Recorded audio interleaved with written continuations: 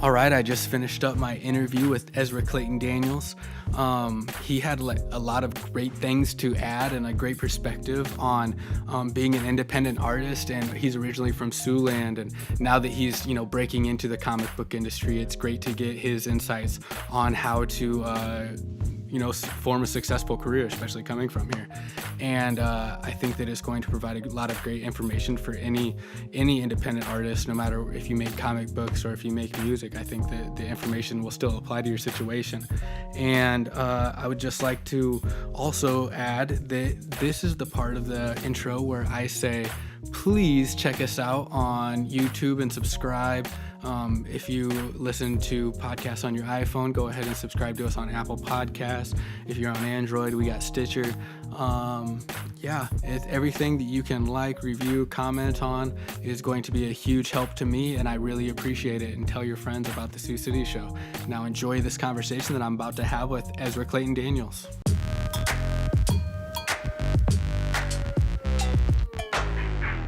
All right, welcome back to the Sioux City Show. My name is Taylor Grote. I'm hosting this thing.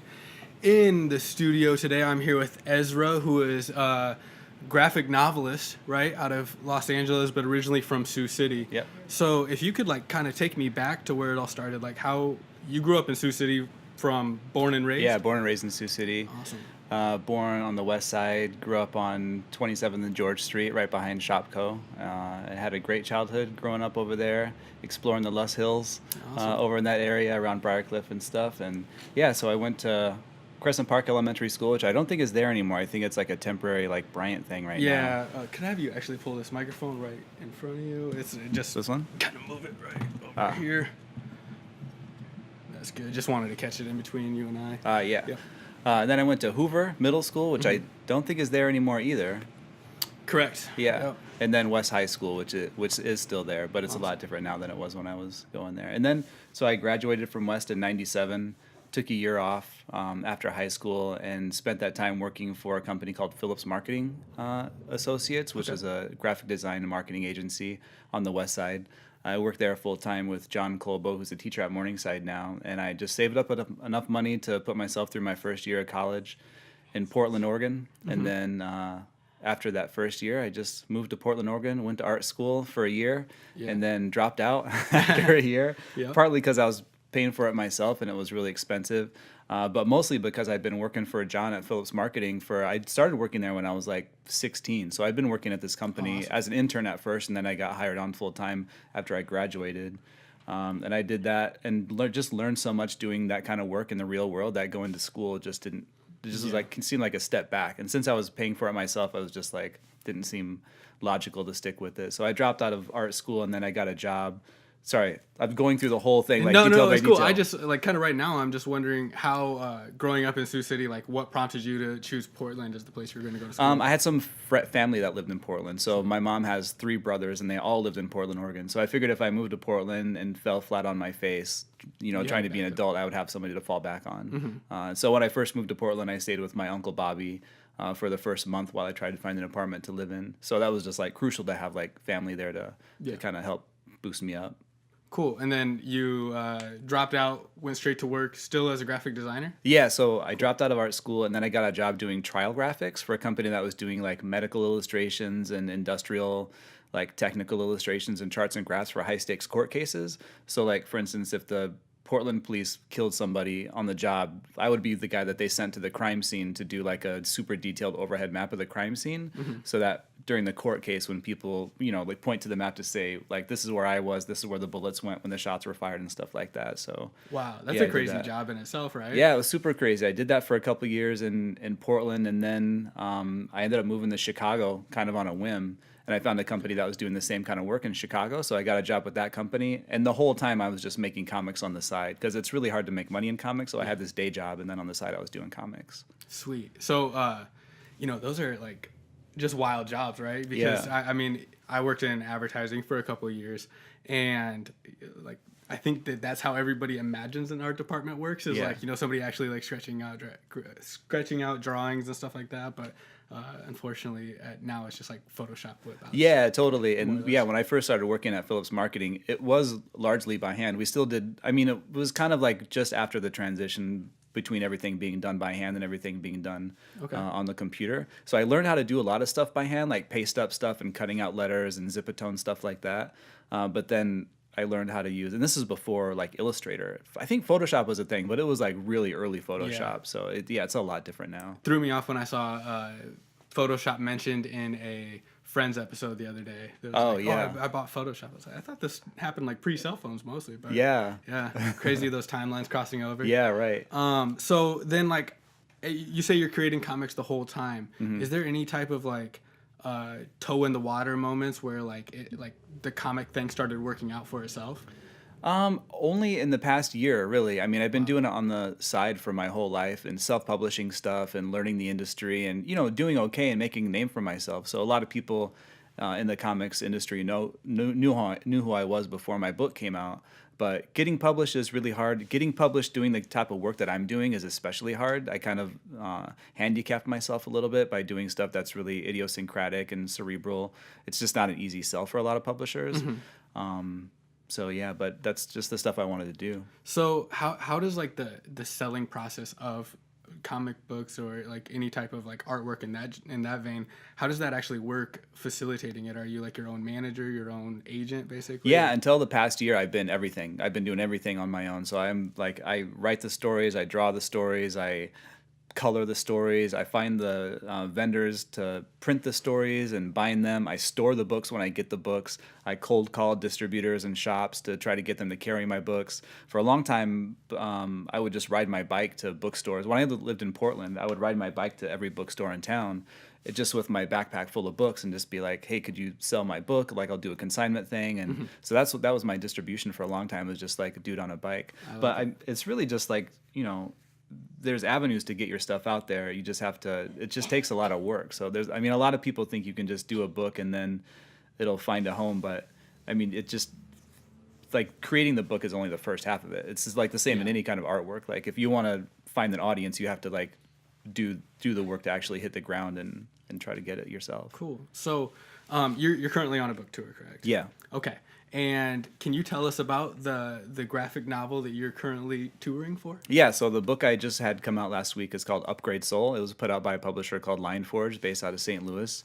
The book is a science fiction horror graphic novel about an elderly couple that go through an experimental rejuvenation procedure, and they're inadvertently cloned, and their clones are severely malformed, but intellectually and physically vastly superior to the originals. So the whole story is about which is a truer vessel for the individual's identity.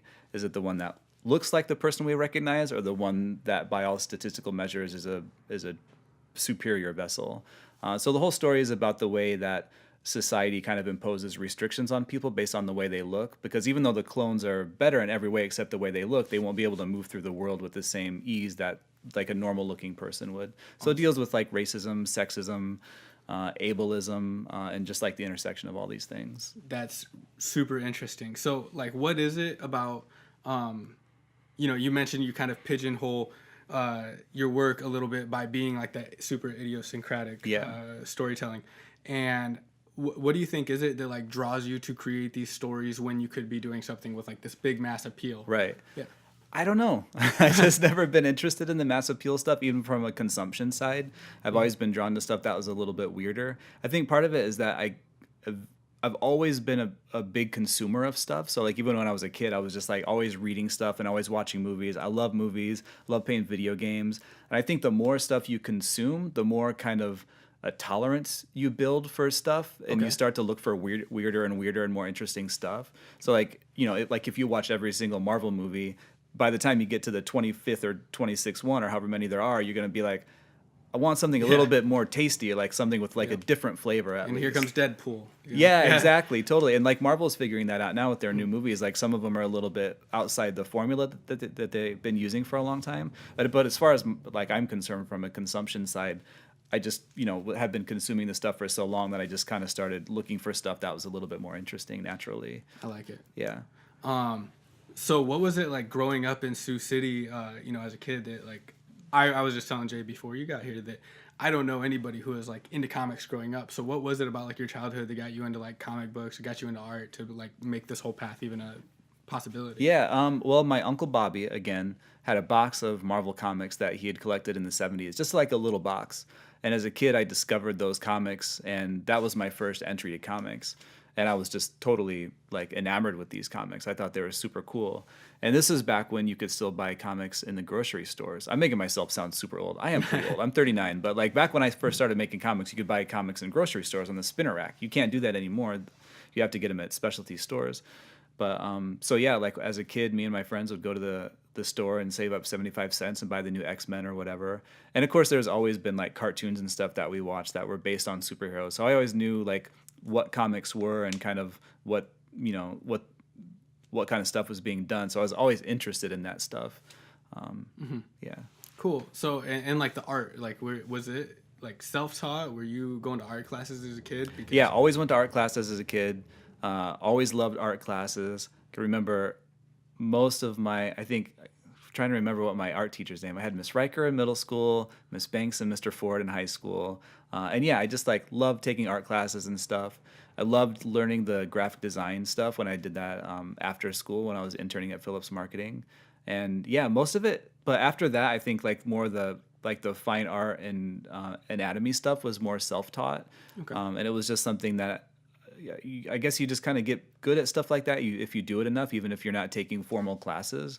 And I was just always a kid that was always sketching and drawing and just like teaching myself and slowly getting better. Awesome. So like, I mean, I grew up in Sergeant Bluff. Jay's from Sioux City, and I guess like for me growing up here, there was never like an opportunity in my head that like if I wanted to go publish a graphic novel, I could, you know, move to Portland, move to Chicago, LA, and do that. Like it wasn't something that like was ever presented as an opportunity to me. So like when you left to go to college out on the West Coast, was that ever like your big plan? Was it ultimately to be this graphic novelist who's, you know, selling, actually getting his books published? Yeah. Or was it like, I'm just going to go try and find a place where I can do design? I don't know. I don't remember what my goal was. Well, I think my fantasy has always been to be a success at whatever I was doing. I actually went to art school to learn filmmaking because I originally wanted to be a filmmaker. And I made a couple of short films at the same time I was making comic books. And I just found it to be easier to communicate my ideas through comics than in film, especially because with comics, I can just, you know, lock myself in my bedroom for a few months and come out with a finished product. But with filmmaking, you have to collaborate with so many people and you have to find screening venues. Now you can put stuff on the internet, but back then it was like if I wanted people to see my short film, I had like VHS tapes that I was taking around. I was just trying to sell my VHS tapes at bookstores and record stores, just like just hustling, trying to get my stuff out there. And it was just a lot easier for me to tell those stories in comics than, you know, give them to people because they're pretty cheap to produce. Yep. And, you know, if somebody had one of my comics, they could leave it on their coffee table and their friends come over and pick it up and read it. You don't have to like put it into a CD player or a DVD player or whatever. It's just a lot easier to check out. So, you know, there's like the selling of comic books that I'd say is like, you know, trending this way, right? Because they used to be on a rotating rack at a grocery store, but then also like the rise of being able to like self-publish and like the democratization of like information through the internet. Do you think that like the day that being in 2018, do you think that this helps you or like hinders you as like somebody trying to publish these art books? Yeah, interesting question. It definitely helps in that it's a lot easier to get stuff out into the world for sure. Yeah. And self-publishing stuff up until last year, you know, with digital publishing, you can print like 25 books and have them delivered to your door in 2 weeks, like full color square bound books. Like it's crazy how easy it is to print stuff now. So definitely that's a huge plus. I guess the negative is that you get lost more in a sea of just like a lot of bad stuff because it's easier for people to put stuff out if there's no barriers for people to get stuff done. So like when I first started doing stuff, printing a book required me to like go to a print shop, get to know the print people, like, you know, print out film separations for all the colors and stuff. I had to know the process really well. I had to know the people and walk them through what I wanted. And now you just like upload your Photoshop files to a website and then in 2 weeks you get a book back. It's just a lot easier. So I think you have to have better quality stuff now to rise above the fray just because there's so much more stuff out there now. Yeah. But it's crazy. You can literally like self-publish a book and get it listed on Amazon for like $0. Yeah, exactly. Yeah, and a lot of Right? people do, and like, and as a result, there's just like a lot of garbage out there.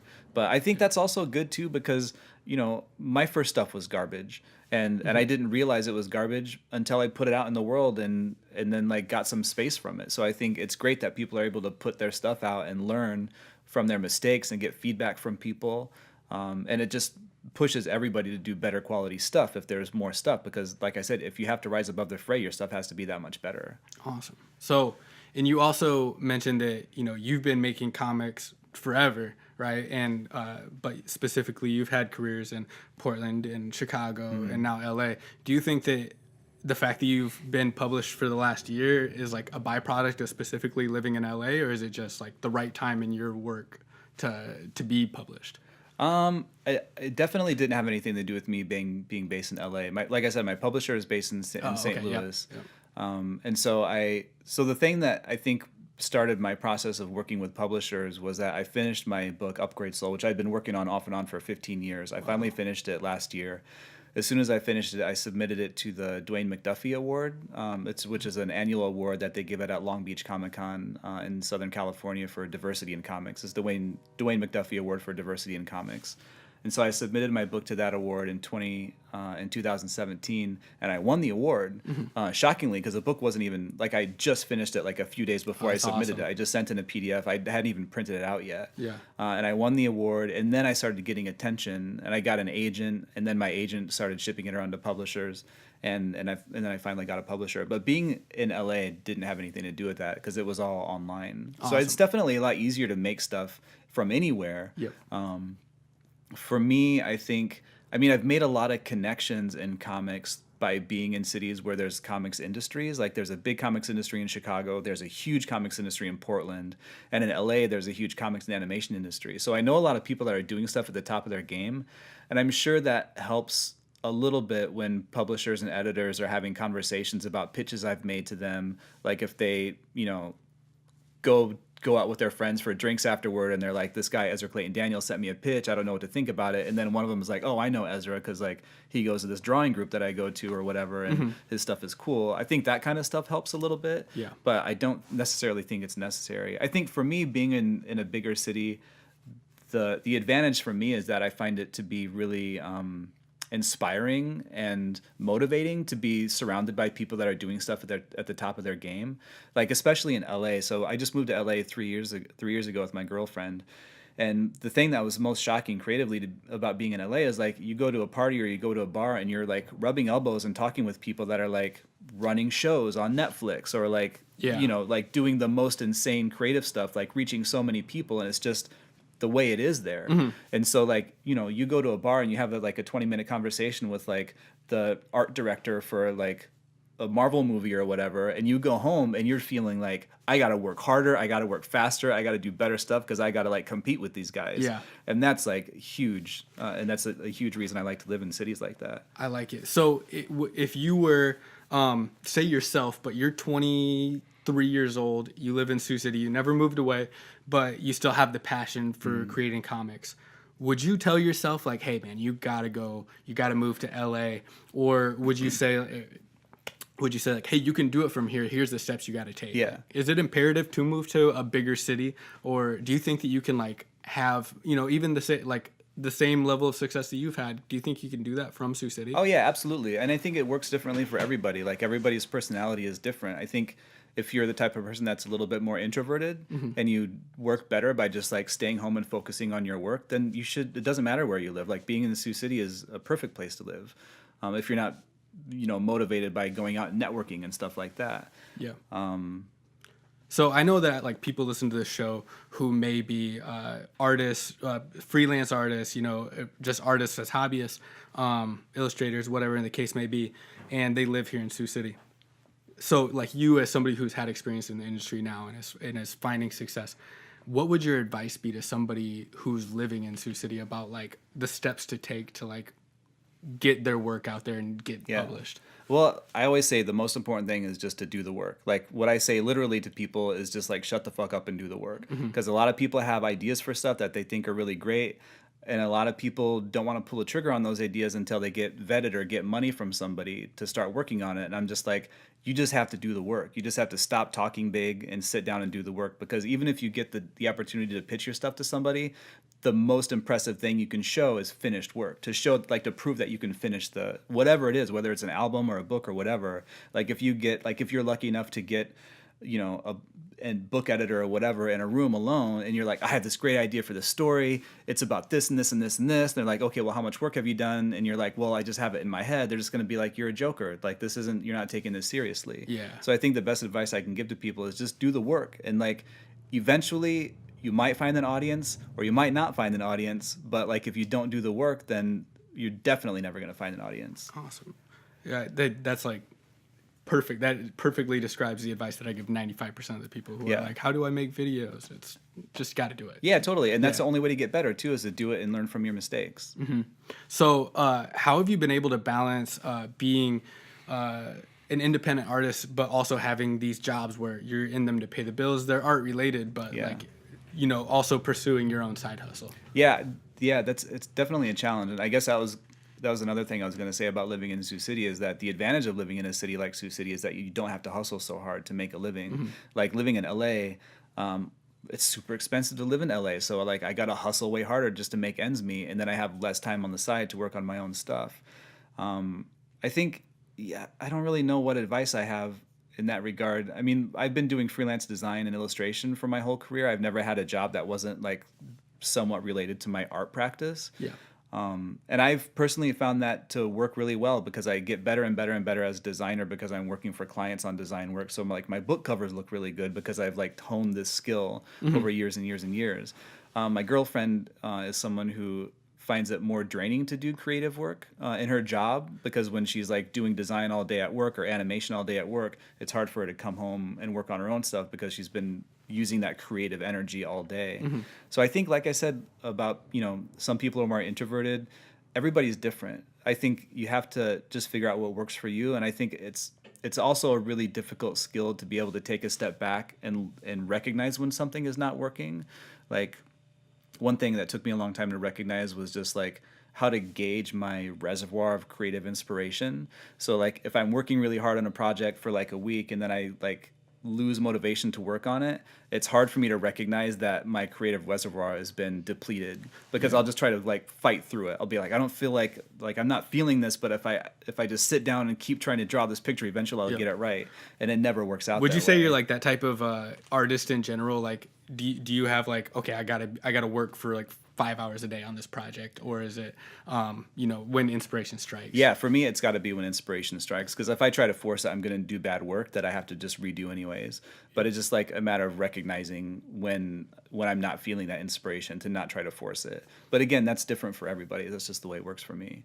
Yeah, I agree. I need to like figure out how to balance that for myself, because I do these side projects and I work full time in video. So sometimes sitting down to edit is a real chore. Yeah, totally. Yeah. So do you come back to Sioux City very often, or is it like you've been living away since you moved out when you were 19 or whatever? No, I come back at least probably once or twice a year.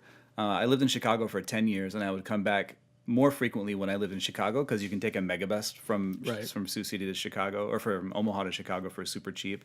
Since I lived on the West Coast, I've still been coming back pretty frequently because I'm traveling a lot for comic stuff now. Like there's a comic convention in Chicago I like to go to, and every time I go to Chicago, I'll hop on a megabus and come to Sioux City for as long as I can. So, and I've got family here, my mom and my grandma sitting over there, live in Sioux City, so I try to come back as much as I can. Sweet. What's your favorite thing to eat while you're in town? What is my favorite thing to eat? Homemade chili. Well, yeah, my mom's homemade chili is the best thing. Nice. Jerry's Pizza, always a classic. Had it for dinner last night. Nice. Yeah. Yeah, I think. Well, my grandpa used to take me to Miles Inn. That's for off the beers. Gordon. Yeah. Yeah. They got their what are they called? The Charlie Boys. Yeah, the Charlie Boys are great. There's a couple of classic things we always do when we come back, but there's that new Ethiopian restaurant on Pierce, or new to me. I don't know how long it's been there, but that place is great. I think within the last 2 years. Yeah, that was really good. Yeah, that whole I think that Pierce Street, basically in between, I don't know, what would it be, 20th and 14th is like, it's got some of the best kept secrets in Sioux City. Yeah, totally. Yeah. Yeah, there's Pierce Street Coffee Works. You got the Ethiopian restaurant. You got Jose's Family Dine. Yeah. Yeah. And there's Sioux some good City stuff. Gift Company is great. I've been going there a lot since I've been coming back. Mm-hmm. Yeah. Awesome. So, this is going to be coming out after your event happens, but can you tell me about the event that is going to be going on? It's tomorrow, correct? Yeah, so tomorrow night there's going to be a conversation between me and Mark Cochin, who's who is a Sioux City-based artist that I came up with. We went to high school together. He's a year younger than me, but we used to be in all the same art classes in high school and stuff. And so our paths diverged after I graduated and moved away. He stuck around the area, and he lives in Sioux City now, and I obviously moved away. So we're going to have a conversation about just like what it's like making art in Sioux City versus outside of Sioux City and still being tied to Sioux City. Awesome. And that's open to the public? Yeah, it's at the Art Center. Well, it doesn't matter I'm now. pitching Yeah. something that's Totally. going to be coming out later. But it was awesome. You guys don't even know what you missed. I think it is. I think it's cool, though, to like I said, whenever you get into an industry and you're outside of Sioux City, like it's easy to be in that industry and like know the things you know because you are in an industry. But in Sioux City, when that industry doesn't exist, it's like tough to even know like what are the steps to possibly do anything ever with this thing that I do. So I think it's great for like the people of Sioux City to be able to hear your perspective, and especially like with Mark being there and like being able to present the Sioux City side of the perspective. I think that's going to be super informative. Yeah, I'm super excited. Super exciting, yeah. So yeah, I think that's all we really need to go over. If you have anything else you'd like to plug, I mean, I'm sure you have work besides just your one novel that's out right now. Yeah, totally. Well, Upgrade Soul came out last week. You can get it in Sioux City at Book People and Sioux City Gift on Pierce Street. I think it might be at the library too if you want to check it out for free. Cool. They'll probably have it at Acme and Barnes & Noble. If they don't, they can definitely order it because it's distributed by like the main book distributor. My next book is called Bottom Feeders. It comes out next summer from Fantagraphics Books, and that's going to be another thing that'll be available everywhere. So keep tuned for that. Is there any social media accounts that anybody should follow you? Yeah, I'm at Ezra C. Daniels on everything. So Twitter and Instagram and Facebook. Lucky you got one of those names that apparently there's only one. Yeah, totally. Nice. So until next time, this has been the Sioux City Show. You can check us out on Facebook, YouTube, or the Apple Podcasts. Go ahead, like, subscribe, leave a rating. All of that stuff really helps out. And until next time, thank you.